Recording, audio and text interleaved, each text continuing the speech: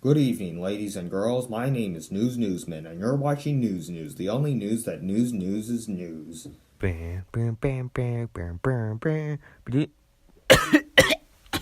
Tonight, could global warming lead to temperature increases? We asked climatologists and some angry moms on Facebook.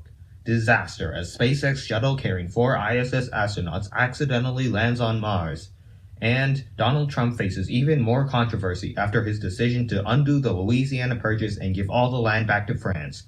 But first, communications technology. What is it? Is it edible? And how can you use it safely? These devices are amazing. They allow you to reach people all over the world, regardless of race, culture, alignment, spin number, or victory royales. As well, technology can also encourage communication. Now you don't even have to leave your house to debate religion and politics. You can make new friends and talk with existing ones much easier and much more frequently. It also gives easier access to services and easier offering of services. You can buy or sell stuff on Amazon, create monetized content, advertise, or help clients. Technology is also just entertaining to use. The internet provides games to play, people to follow, content to consume, and dank memes. Not only that, however, there are so many ways to learn new things. You can use Google or Bing to... Just kidding. You can use Google to access the largest library of human knowledge in the world, and if you somehow can't find anything, you can ask real humans and experts on forums and sites. There is also, of course, much easier access to daily news and information, such as with our new News app, newly available on the App Store for all your newsly needs on your new phone.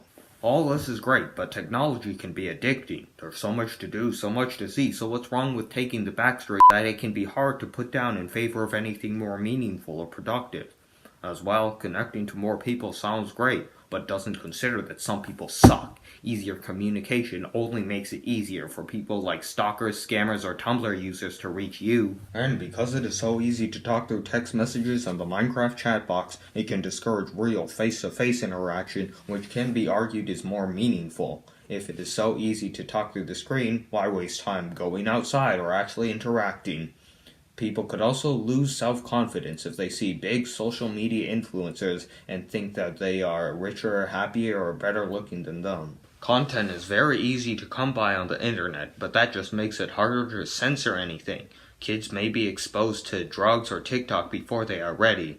And lastly, of course, cyberbullying. People can talk to you at any time, and that includes making fun of you and being mean. Not epic. In order to stay safe, you need to be able to identify unsafe behaviors and people. Luckily, none of us are special, and so there are many telltale signs someone is a bad person. Sometimes complete strangers try to contact you. Unfortunately, most of these people are not looking to make friends. They could be trying to get you to meet in real life, give up information, or collab on their YouTube channel. There are also people who lie about who they really are. They could have fake photos of themselves, lie about their age or personality. They could be pretending to be a bank, a friend, or John Wick. Again, the intent is most likely malicious. Because it is so easy to lie about your identity, anyone asking for personal information is immediately suspicious. Websites or friends could be imposters.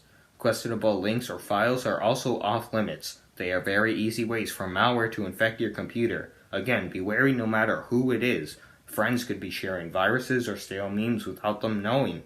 And because it is so easy to communicate, it's so easy to bully. There are many mean people on the internet, and the thought of anonymity only amplifies mean comments. Well, now you're probably thinking, this presentation is boring. Well, here's how to use technology safely. First is to stay suspicious. If there is a suspicious looking link to click or file to download, either don't click it or verify it's safe using link checking websites. To build on this, always update your malware protection so you have an extra line of security in case something does slip by you. Don't hold off on security updates. Use a different password for all your accounts, and make sure they're good ones that are long enough and with enough special characters. If you're finding it is too hard to keep track of all these passwords, you might want to write them all down somewhere safe or invest in a password manager. Before you post anything on the internet that other people can see, ask yourself, would I be okay if my employer or grandma saw this post? If the answer is yes, then go ahead. But if the answer is no, it's best to yeet that post in the trash.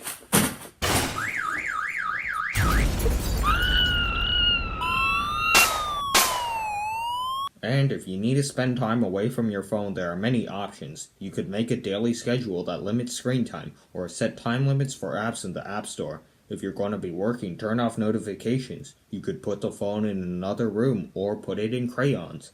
Reward yourself for meeting screen time expectations and tell your family members so they can hold you accountable.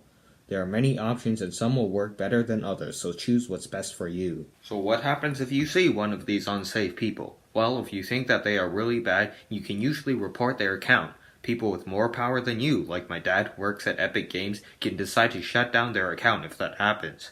If you are doubtful of whether someone's identity is really truthful, you can check their profile and make sure their posts aren't strange. Or reverse image search their profile picture and make sure it's not some stock photo.